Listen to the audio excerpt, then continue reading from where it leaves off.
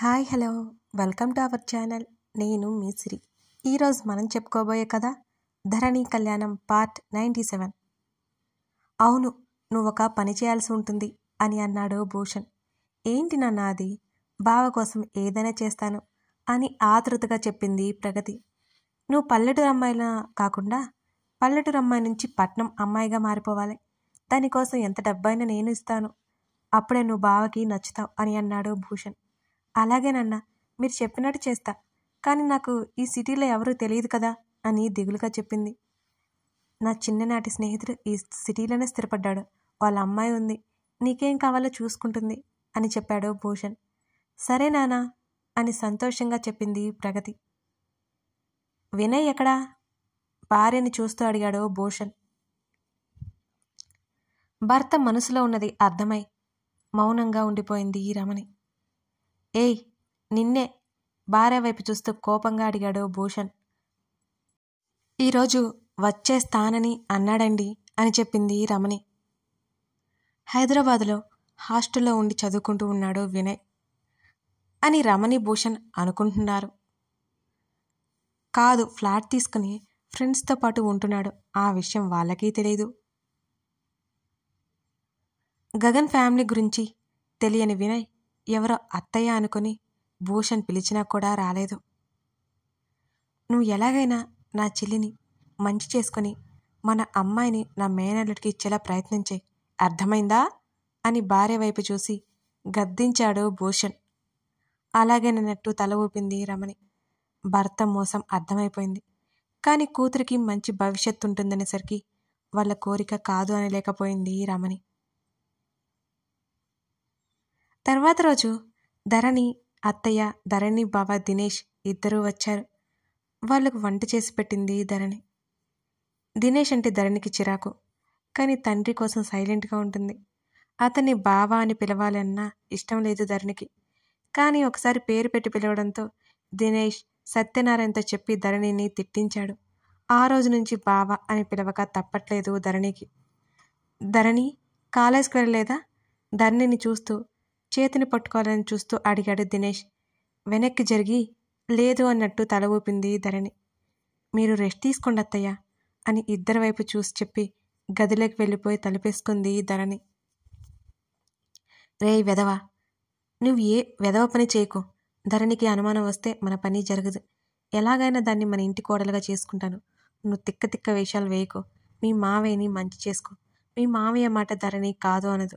ఆలోపు పిచ్చి వేషాలు వేసి దొరికిపోయావంటే మీ మామయ్య బయటకు గెంటి పడేస్తాడు, జాగ్రత్త చెప్తున్నా. కొడుకుని తిట్టిపోసి లోపలికి వెళ్ళిపోయింది దినేష్ తల్లి. ధరణిని ముట్టుకోవాలి, ముద్దు పెట్టుకోవాలి అని ఎప్పుడు అనుకుంటూ అవకాశం చూస్తూ ఉంటాడు దినేష్. కానీ ధరణి ఆ అవకాశం ఇవ్వదు. 4 రోజులుండి దినేష్ తల్లి వెళ్ళిపోయారు. ధరణి మాత్రం దినేష్కి చిక్కలేదు.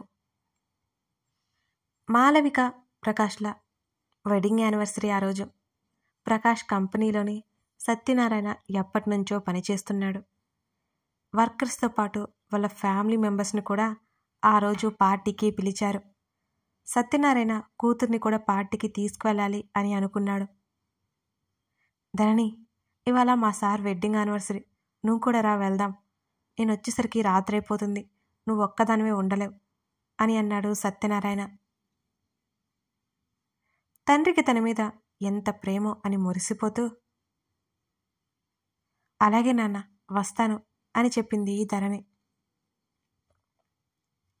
సాయంత్రం సత్యనారాయణతో పాటు వెళ్ళడానికి రెడీ అయిపోయింది ధరణి. ఇద్దరు ఫంక్షన్ హాల్కి వెళ్ళారు. బయట సెక్యూరిటీ చెకింగ్ అయిపోయిన తర్వాత లోపలికి వెళ్ళారు. సెక్యూరిటీ గగన్ కోసం పెట్టించాడు ప్రకాష్. గగన్ని అతని వారసుడిగా అందరికీ చెప్పాలి అని అతను అనుకున్నాడు. సత్యనారాయణ ఎన్నో ఏళ్ల నుంచి అదే కంపెనీలో నమ్మకంగా పనిచేయడం వల్ల ప్రకాష్కి, మాలవికకి కూడా బాగా తెలుసు. సత్యనారాయణతో పాటు ఉన్న ధరణిని చూసింది మాలవిక. మాలవిక దగ్గరికి రాగానే నమస్కారం చేసింది ధరణి. ఎమరాల్డ్ గ్రీన్ హాఫ్ శారీలో జడ ముందుకు వేసుకుని చాలా అందంగా ఉంది.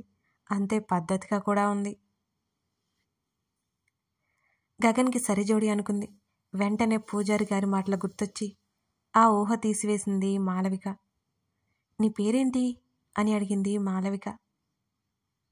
ధరణి అని చిన్నగా చెప్పింది. మీ అమ్మాయికి మాట రావట్లేదు అంటూ నవ్వింది మాలవిక. నా కూతురు గురించి చెప్పుకోవడం కాదు మేడం, అమాయకురాలు అని కూతుర్ని పొగిడేశాడు సత్యనారాయణ.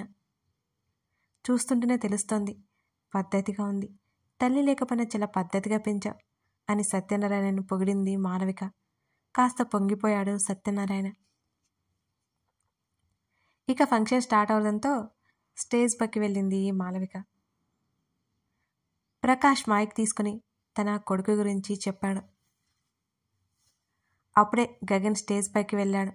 వెనుక ఎక్కడో తండ్రి పక్కన కూర్చుని గగన్ని చూసి చాలా అందంగా ఉన్నారు అని మనసులోనే అనుకుంది ధరణి. తన ఆలోచనకి తనే ఉలిక్కిపడింది. నేనేంటి ఇలా అనుకుంటున్నా, రామరామ అని లెంపలు వేసుకుంది ధరణి. గగన్ అందరికీ హాయ్ చెప్పి స్టేజ్ దిగి వెళ్ళిపోయాడు. తర్వాత తండ్రితో పాటు భోజనం చేసి ఇంటికొచ్చేసింది. అప్పుడప్పుడు గగన్ని తలుచుకునేది. ఆ తర్వాత మర్చిపోయింది ధరణి. గగన్ చిన్ననాటి ఫ్రెండ్స్కి బాగా అలవాటు పడిపోయాడు అక్కడ.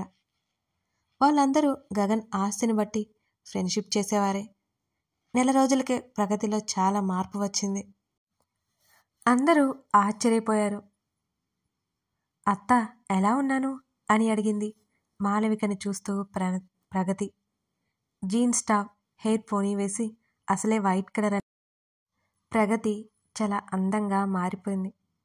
చాలా బాగున్నావే అని చెప్పింది మాలవిక. ఎవరింటి కోడలవుతుందో ఏమో కానీ నా కూతురు ఆ ఇంటికి అందం తెచ్చిపెడుతుంది అని అన్నాడు భూషణ్. కోడలైతే తెచ్చిపెట్టాల్సింది అందం కాదు భూషణ్, గౌరవ మర్యాదలు అని వెంటనే చెప్పింది బామ్మ. బామ్మని లోపలే తిట్టుకున్నాడు భూషణ్. గగన్ని తీసుకుని బలవంతంగా గుడికెళ్ళింది మాలవిక. బామ్మ కూడా వాళ్ళతో పాటు వెళ్ళింది. ఆ రోజు దర్శనం చేసుకున్నారు. పూజారి గారిని కలిసి వస్తామని చెప్పింది మాలవిక. మామ్, నేను ఇక్కడే ఉంటాను, మీరు వెళ్ళండి అని అన్నాడు గగన్. సరే నాన్న, మేము వచ్చే వరకు ఇక్కడే ఉండు అని అంది మాలవిక. గుడి ఆవరణంలో బయట వైపు ఉన్న పెట్టగోడ మీద కూర్చున్నాడు గగన్. మాలవిక గగన్ నుదిరిన సన్నటి కుంకుమ పెట్టింది. చాలా అందంగా కొత్తగా ఉంది అతని ముఖం.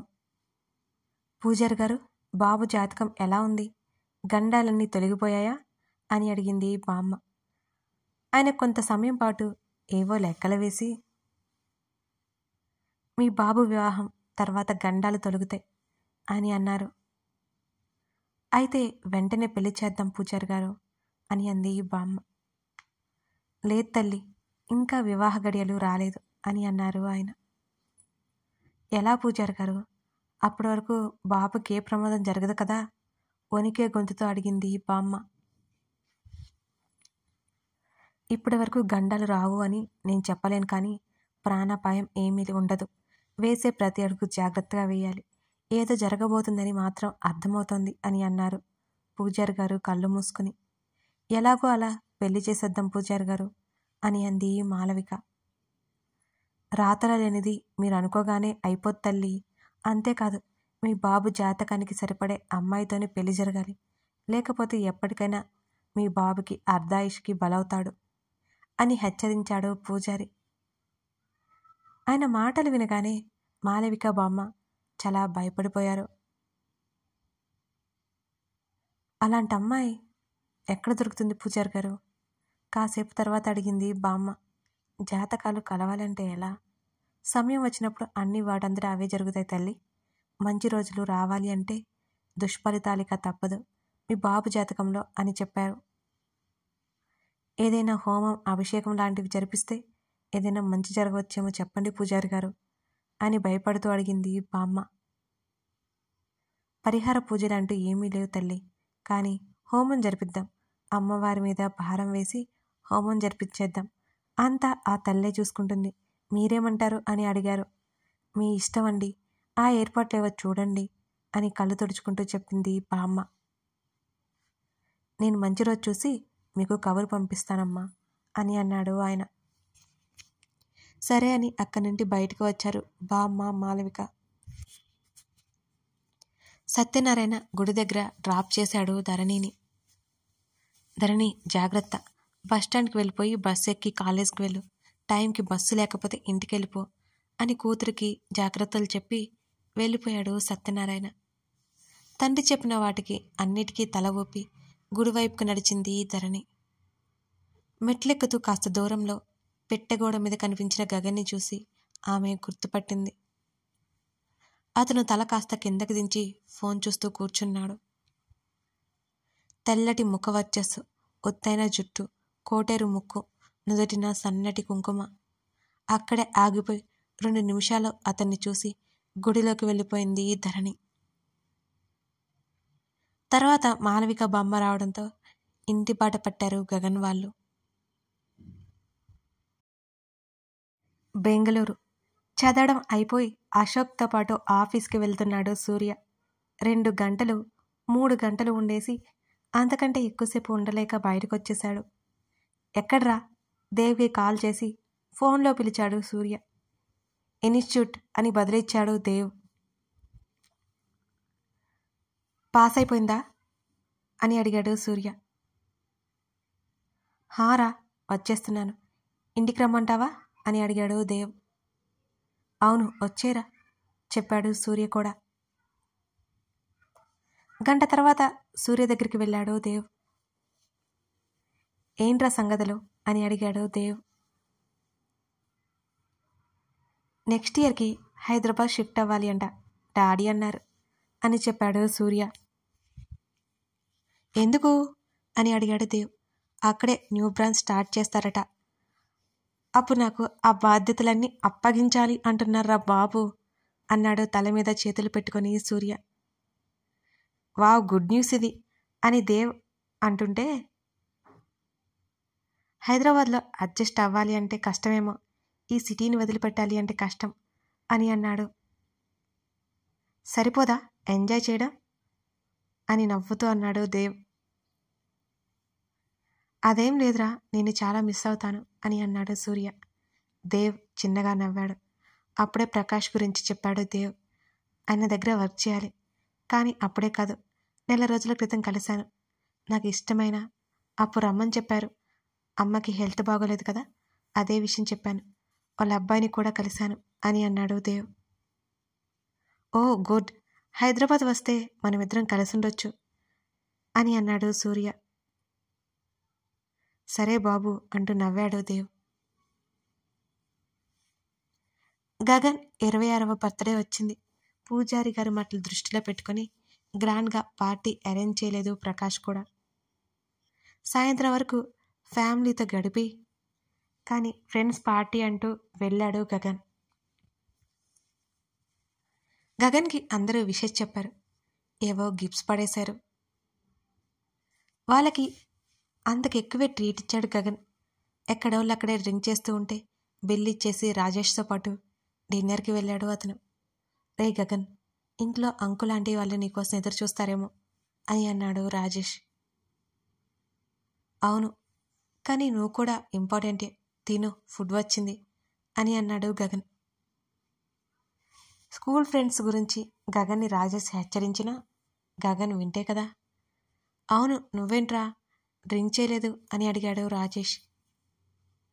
మమ్మీ ఉంది, లేట్ నైట్ డ్రింక్ చేయకూడదు, ఇంటికి రాకూడదు, అందుకే చేయలేదు, కొంచెం తీసుకోవాలి, మమ్మీ ఆర్డర్ అని నవ్వాడతను. నువ్వు ఎన్ని నాటి పనులు చేసినా మీ మమ్మీ మాట మాత్రం కాదనవు అని రాజేష్ నవ్వుతూ అన్నాడు. మా మమ్మీ అంటే నాకు చాలా ఇష్టం తింటూ చెప్పాడు గగన్. ఆ రోజు నైట్ ఇంటికి వెళ్ళాడు గగన్. అందరితో డిన్నర్కి కూర్చున్నాడు. ఆల్రెడీ రాజేష్తో తినడం వల్ల ఆకలిగా లేదు అతనికి. మాలవిక బలవంతం మీద కొంచెం తిన్నాడు అంతే. ప్రకాష్ కారు ప్రజెంట్ చేశాడు గగన్కి. Wow, thank you so much dad. తండ్రిని హత్తుకున్నాడు గగన్ సంతోషంగా. భూషణ్ ఇచ్చిన వాచ్ని తీసుకొని థ్యాంక్స్ మావయ్య అని పక్కన పెట్టేశాడు అతను. పళ్ళు నూరుకున్నాడు భూషణ్. ఆ ఇంట్లో ఉన్న కొత్త క్యారెక్టర్ ఎవరో అర్థం కాలేదు గగన్కి. హాయ్ బావా, happy birthday to you, I'm Vinay అంటూ షేక్ హ్యాండ్ ఇచ్చాడు వినయ్. హలో అని చేయి కలిపి ఊరుకున్నాడు గగన్. నువ్వేమీ ఇవ్వవా అని బామ్మ మాలవికతో అంటుంటే గగన్ నుదిరిన ముద్ద పెట్టుకుని గగన్ చుట్టూ చేతులు తిప్పి మొటికలు విరిచింది మాలవిక. మా మామ్ లవ్ నాకన్నిటికంటే బిగ్గెస్ట్ గిఫ్ట్ అంటూ తల్లి భుజం చుట్టూ చేయి వేసి దగ్గరికి తీసుకున్నాడు గగన్. వాళ్ళని చూసి ప్రకాష్, బామ్మ, రమణి చాలా సంతోషించారు. భూషణ్కి ఒక క్లారిటీ వచ్చింది. మాలవిక చెప్తే గగన్ తన కూతుర్ని పెళ్లి చేసుకుంటాడు, ఏదైనా ప్లాన్ వేయాలని ఆలోచన మొదలుపెట్టాడు. గగన్తో ఫ్రెండ్షిప్ చేస్తే లాభాలు ఎక్కువ అంటూ లెక్కలు వేసుకోవడం మొదలుపెట్టాడు వినయ్. మరోవైపు గదిలోకి వెళ్ళిపోయాడు గగన్. స్వతహాగా కాస్త భయస్తురాలు ప్రగతి. అంతకు ముందు ఉన్న భయం అయితే లేదు, కానీ గగన్ని చూస్తేనే తెగ సిగ్గుపడిపోతూ ఉంటుంది ఆమె. గగన్ రూమ్లోకి వెళ్ళింది ప్రగతి. ఫ్రెష్ అయి వచ్చి బెడ్ మీద కూర్చున్నాడు గగన్. ఏది ఏమైనా గగన్ని పెళ్లి చేసుకోవాలి అని తండ్రి చెప్పి అదే నాటుకుపోయింది ప్రగతి మనసులో. అంతేకాకుండా గగన్ మీద ఇష్టాన్ని కూడా పెంచేసుకుంది. బావా, హ్యాపీ బర్త్డే అని చెప్పింది ప్రగతి. ఆ పిలుపు అస్సలు నచ్చలేదు గగన్కి. ఇంకోసారి అలా పిలవకు, కాల్ మీ గగన్ అంటూ విసుగ్గా చెప్పాడు అతను. అలాగే బావా అనబోయి వెంటనే అలాగేనని ముఖం చిన్నబుచ్చుకుంది ప్రగతి. చిన్న బాక్స్ గగన్కి ఇచ్చింది ప్రగతి. నో థ్యాంక్స్ అన్నాడు గగన్. ఆ బాక్స్ తనే ఓపెన్ చేసి I love you Gagan, will you marry me అంటూ ఆశగా అతని కళ్ళల్లోకి చూస్తూ అడిగింది ప్రగతి. ఆ బాక్స్లో ఉన్న రింగ్ వైపు ఒకసారి చూసి ప్రగతిని చూశాడు గగన్. బెడ్ మీద నుండి లేచి నిలబడ్డాడు గగన్. ఆమె మాటలకు నిజంగానే అతను షాక్ అయిపోయాడు. వెంటనే గగన్ని హత్తుకుంది ప్రగతి. హే, వాట్ ఆర్ యూ డూయింగ్ అని అరుస్తూ ఆమెను నెట్టేశాడు గగన్. నేను నీకు నచ్చలేదా అని అమాయకంగా అడిగింది Pragati. Are you mad, get lost ముఖం చిట్లించి చూశాడు ఆమెని. నీకోసం నేను ఏమైనా చేస్తాను బావా, నన్ను కిస్ చేయొచ్చు కూడా అంటున్న ఆమె రెక్క పట్టుకుని ఆ గది బయటకు గెంటేశాడు. యూ డెవిల్, ఇంకోసారి ఇలాంటి డట్టి ప్రపోజల్ తీసుకురావద్దు అని ప్రగతి ముఖం మీద డోర్ వేసేశాడు అతను. అదంతా భూషణ్ చూసి మౌనంగా వెళ్ళిపోయాడు. గదిలోకి వెళ్ళి వెక్కి వెక్కి ఏడుస్తోంది ప్రగతి. ఆమె ఏడుపు వెనుక వచ్చే పరిణామాలు ఆ క్షణం గగన్కి తెలియదు కదా. కథ కొనసాగుతోంది. మీకు పాస్ట్ మీద ఒక క్లారిటీ అయితే వస్తుందనుకుంటా. మెల్లిమెల్లిగా అసలు ఏం జరిగిందో మొత్తం బయటపడుతుంది త్వరలోనే. కథ నచ్చితే లైక్ చేసి మీకేమనిపించిందో చెప్పండి. అలాగే మీ స్నేహితులకి షేర్ చేసి కొత్తగా వచ్చిన వాళ్ళు ఉంటే సబ్స్క్రైబ్ చేసుకోండి. Thank you for watching this video.